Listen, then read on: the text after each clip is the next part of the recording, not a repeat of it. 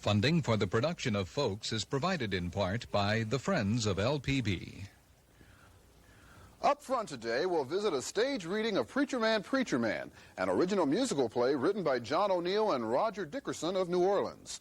In our one-to-one segment, Genevieve Stewart talks to Victor Kirk of Baton Rouge about his involvement with Port-au-Prince, Haiti. In our Something Extra segment, we'll visit Chez Helene's restaurant in New Orleans and sample the cuisine of Chef Austin Leslie. Those stories coming up today on Folks. Everybody says folks, just plain old folks.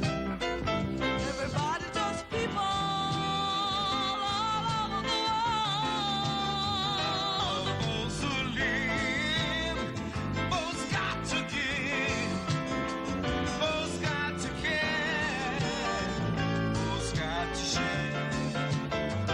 Our world is small, so very small.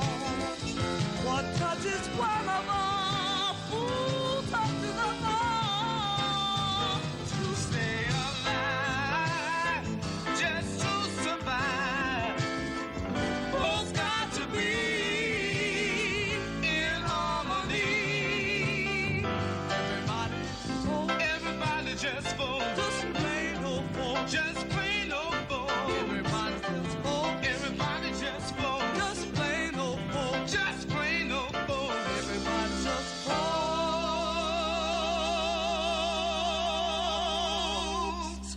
Hello, everyone, and welcome to Folks. Today, we're going to take you to a stage reading of an original musical play written by two talented New Orleanians. The title of the play is Preacherman, Preacherman, and it's about a white preacher who goes to New Orleans to get a black preacher to teach him how to preach. The year is 1947. The city, New Orleans. Reverend Samuel Quincy Samuels, a white man who recently found religion and got the call to become a minister, has come to New Orleans looking for Reverend Thaddeus Emeritus Goodbody, a black preacher. Now, Reverend Goodbody is pastor of the Temple of True Deliverance Universal House of Faith, and Samuels thinks that Goodbody is the most qualified person to teach him how to preach. Reverend Samuels, well, we're having our annual revival next week, and we have a very fine preacher from New Orleans, Reverend T.E. Goodbody, coming up. Now, I know you probably couldn't come over to the service with us and everything. But when is it starting? Well, he's coming in to kick it off on Tuesday night, and we're going to wrap it up with a baptismal service down by the river. Of course I can be there. I ain't got nothing else to do on Tuesday night. Well, Reverend Jasper used to send a donation. Well, I'll go in one better. I'll make a donation, and I'll bring it myself. Well, it really won't be necessary for you to bring it. Oh, I know it ain't necessary, but there's something I want to do. Preacherman, Preacherman was written by John O'Neill with music by Roger Dickerson. Goodbody has been invited up to Summit by one of the black preachers there for a big revival. And at that time, Thaddeus is there preaching for Goodbody, preaching for this revival. And so Samuels gets an invitation to come over to the revival, and he actually shows up. He doesn't know that he should just receive politely the invitation, but he actually shows up not only the first night, but every night of the revival, you see. So that's the initial contact between these two ministers. And of course, as it turns out, Samuels loses his church, and of course, one of the reasons that he loses his church has to do with the fact that he went to these revivals every night. It wasn't the only reason, but that was one of the reasons, you see. And of course, it was at that time that he heard the best preacher that he'd ever heard in his life.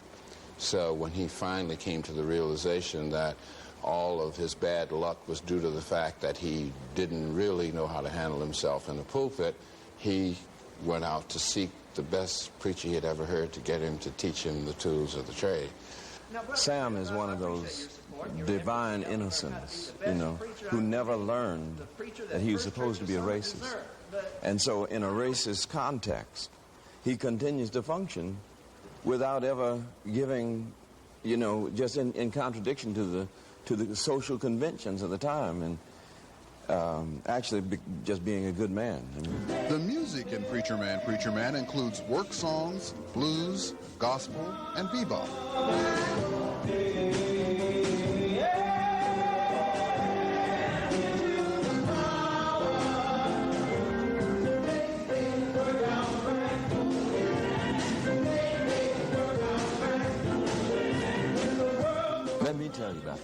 amazing. Okay. It is great. Roger has taken these simple ideas, and each of the songs have one little central idea. Like this song he just referred to. It's about how it's about these two little black children coming to grips with this new experience of this white woman. And the children say to each other, "May I touch your hair?" To the woman, "May I touch your hair?" Because that's the symbol of their difference. And that little song, "May I touch your hair," just gets to be, it's just so sweet. It's so beautiful. Just off of that one little line, "May I touch your hair?" "Yes, if I may touch yours." You know, that's the song. Well, I think John has written a very strong book. The lyrics, the script, is just full of jewels for me, and I hope that I have, written music that will accompany that, and in some cases, be a total marriage with what he's done. But because the play is as colorful and goes across such a broad spectrum of life experiences, I too have been put in a very enviable position in a kind of way of being able to write different kinds of music. Since we are aiming at making this a very entertaining kind of piece, a piece that's easily acceptable and that sort of thing, I'm drawing very heavily on traditional forms and things that people are close to. So one will hear the kinds of music, some of the kinds of music that one might have heard in the late 40s in New Orleans, both sacred and secular music. Preacherman can best be described as a work in progress. What you are seeing here is not the full production, but a staged reading. We are getting a chance to stand back from Preacherman at this point of its development and attract some ideas which we yet need for the total completion of it, and to also have an opportunity to include in this new perception of Preacherman some of the audience's response to what is going on here tonight, you see. One of the major themes in the play is religion. There is a lot of concern about religion, and a part of that concern is a misperception about the nature of the religious enterprise. There are a lot of people who think religion is the form and the structure of the process, as Sam tends to think at the beginning of this play, But the substance of the matter, of how people really seek to accomplish the improvement in the quality and the character of life available to a community, that's the substance of the religious enterprise. And it changes in form in successive social and historical circumstances. Now that's a complicated idea in a way, but it's also a simple idea, What O'Neill and Dickerson have come up with in Preacherman is a play that is highly entertaining, uplifting, and thought-provoking. We don't want people necessarily to walk out writing essays after the experience. We want them to walk out feeling places in themselves and in their own experience that are invoked by the things we try to share. And just to piggyback on that, feeling or replaying, so to speak, some of those personal experiences undergoing, but toward a positive end, because this is a very positive play, musical, and it leaves everyone on kind of the upbeat of things, There is still a lot of work left to be done on the play, but O'Neill and Dickerson are hoping that their work will one day wind up on Broadway. Our one-to-one segment today features Victor Kirk of Baton Rouge, who has strong ties with Port-au-Prince, Haiti. Here to tell us more is Genevieve Stewart. Rob, Port-au-Prince and Baton Rouge are sister cities, and Victor Kirk is chairman of the Port-au-Prince Committee for Sister Cities International. He recently shared with us some information on this interesting program and how it can ultimately benefit the state of Louisiana. The Sister Cities International Association has established approximately 130 chapters nationwide during its 30-year history. Well, first of all, the Sister Cities organization is a national organization based out of Washington. It began under the administration of President Eisenhower. The Baton Rouge affiliation began approximately 1979, where Baton Rouge was paired with 3 cities abroad: Port-au-Prince, Haiti, Obregon, Mexico, and Taichung, Taiwan. It has as its major goal to facilitate a municipal-to-municipal relationship. And a further objective of the organization is to ensure the exchange of professional personnel, of personnel in the arts, and economic development among the 2 cities. Victor Kirk is an administrator with the Department of Health and Human Resources. His involvement in international relations began as a volunteer with the U.S. State Department. Kirk feels there are unlimited advantages to Louisiana's participation in programs like Sister Cities. I think there are several advantages, besides your obvious ones, and that is understanding a bit more about the cultural, the differences or the relationships, the cultural relationships between the city of Baton Rouge and Port-au-Prince, Haiti. But I think in a more global sense, it moves Louisiana in the international arena in a different vein than it has been in the past. As you're aware, the governor's office has an international division through the Department of Commerce. That division has primarily emphasized the corporate activities. Through the Sister Cities program, what we've managed to do is to not only look at the corporate interests, but look at those funding entities both at the U.S. level and at the foreign level that can facilitate joint ventures among corporations in the U.S. and corporations overseas.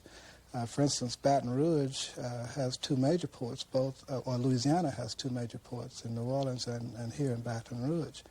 Well, it seems to me an appropriate function of the Sister Cities organization to look for those businesses in Louisiana that have an interest in activities abroad, particularly to access the monies that are available, some $350 million, through the Caribbean Basin Initiative Program.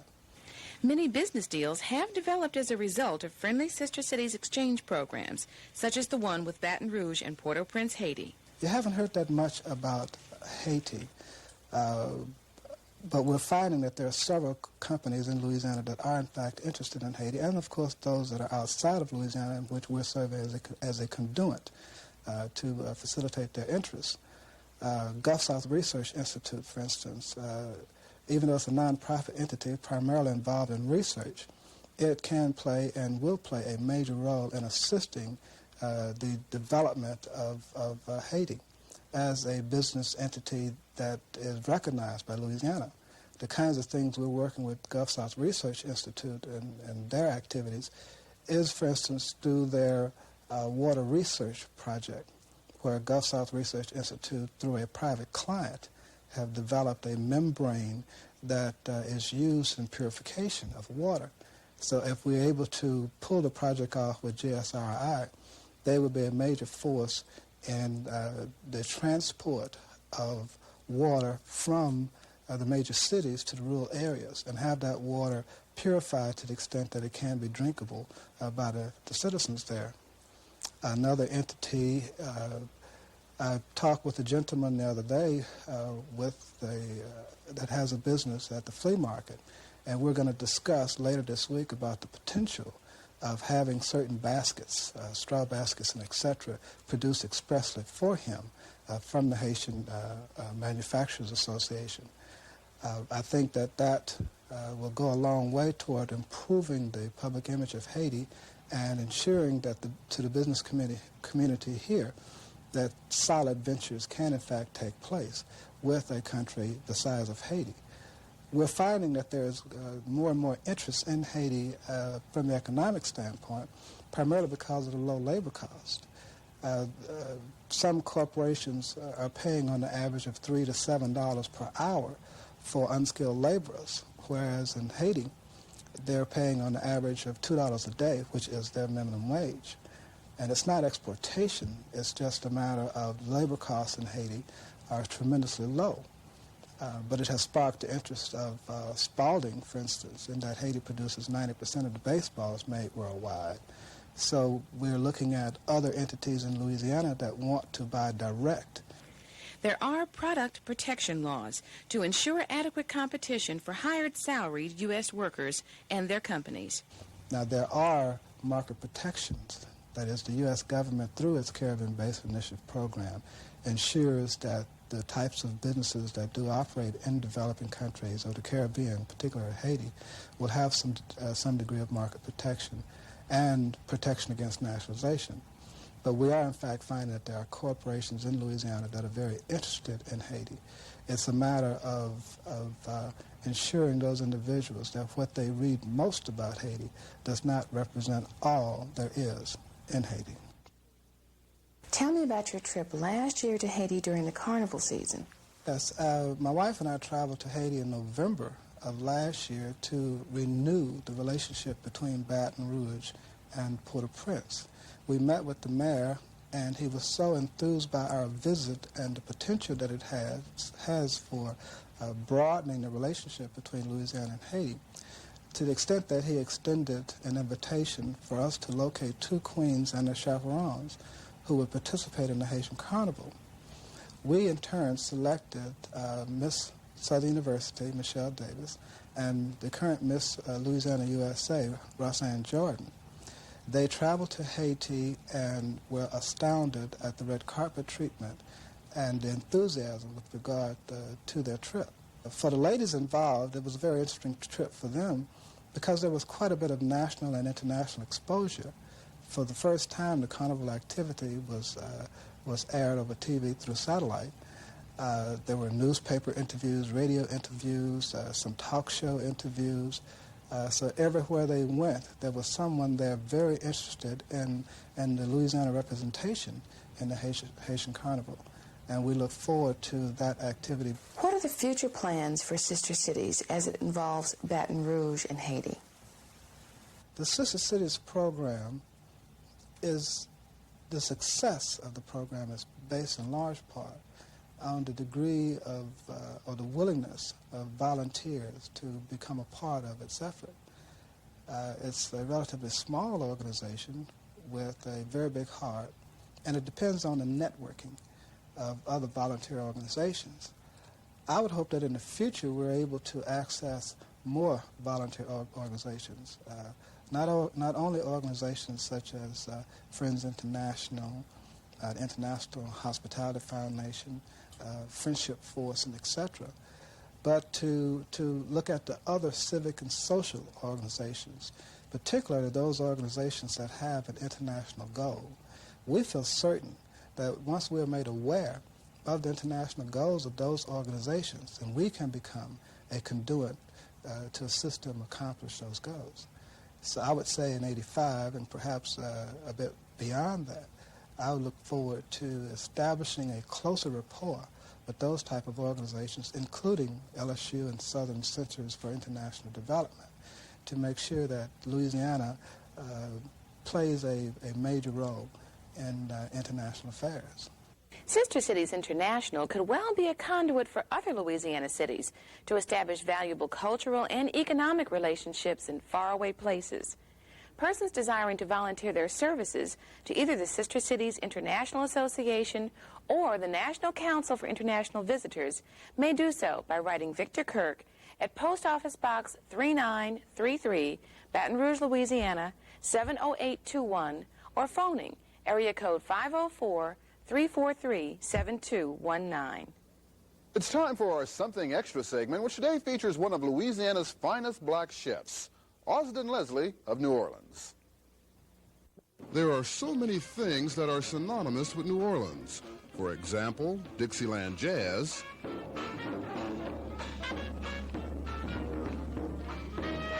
Mardi Gras,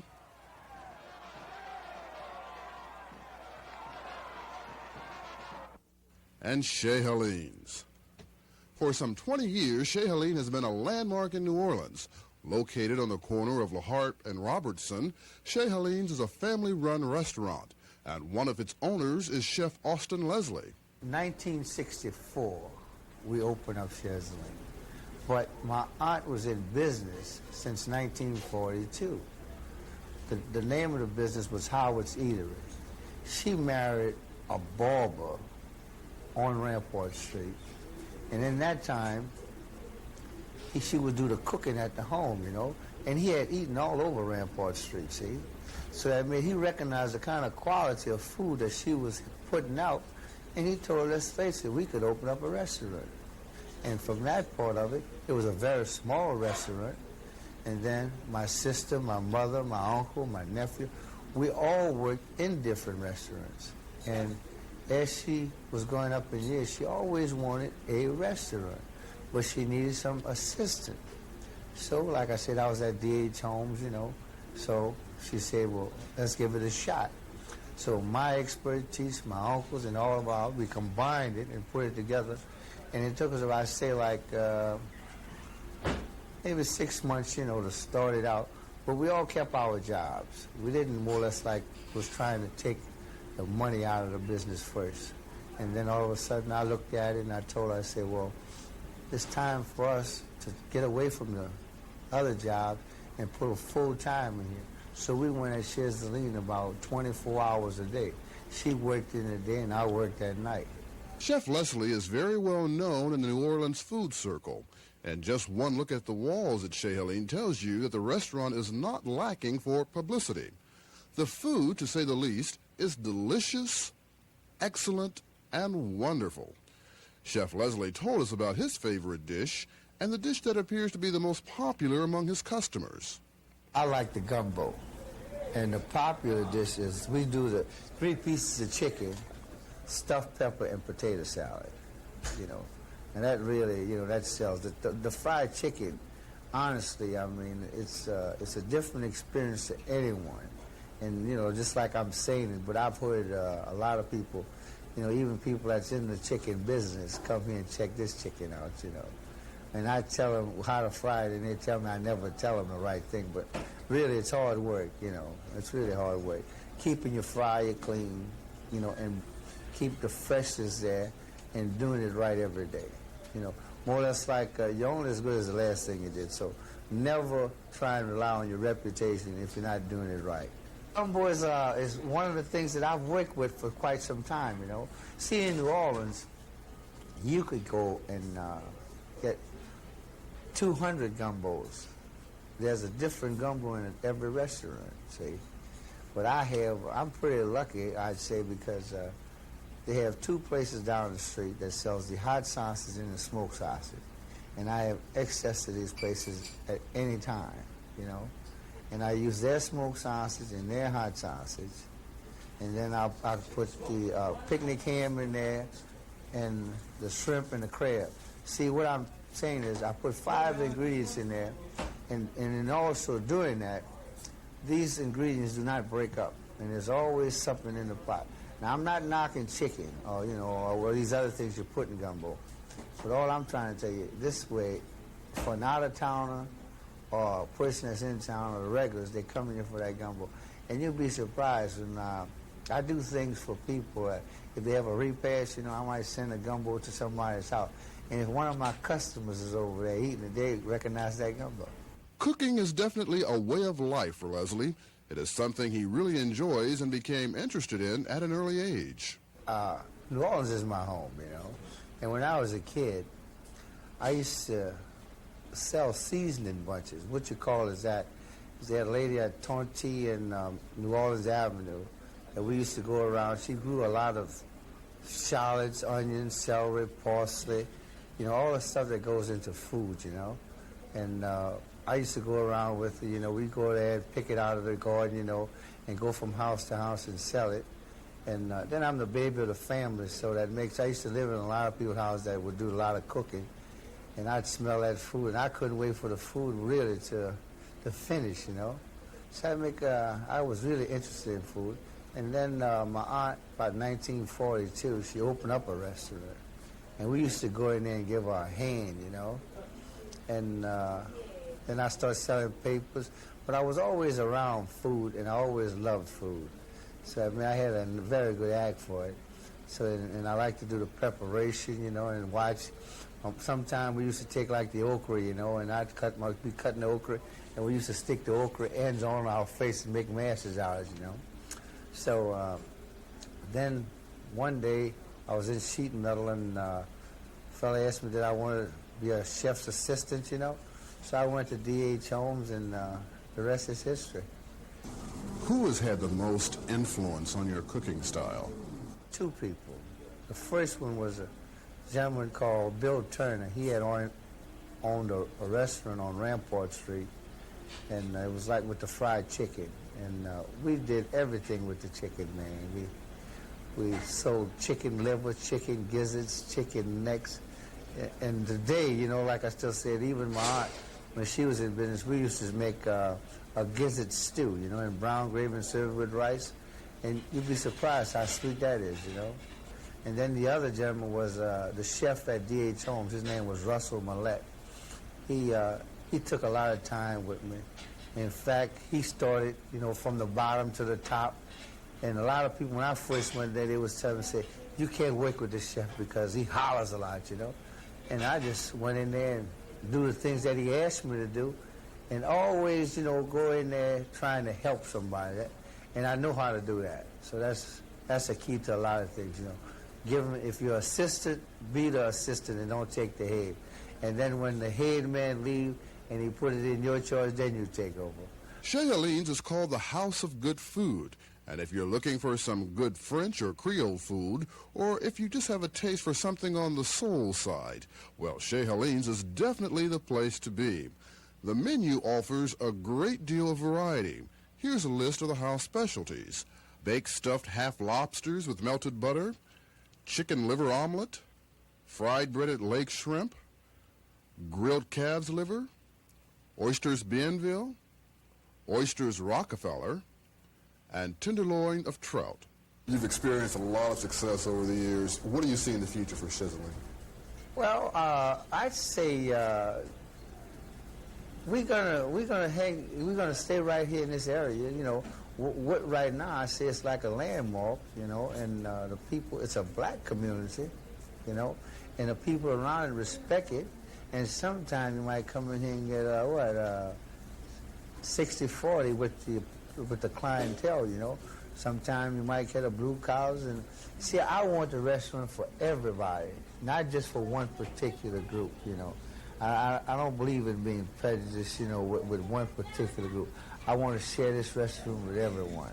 I want them to come from the downtown part of the city. I want the tourists to come in, and I want my neighbors to come in, you know. But I also want them to respect the place. Well, that's our show for this week. Thanks for watching. Next week on, folks, a look at the ongoing saga of prize-winning prison journalist Wilbert Rideau. We'll see you next time. Bye-bye.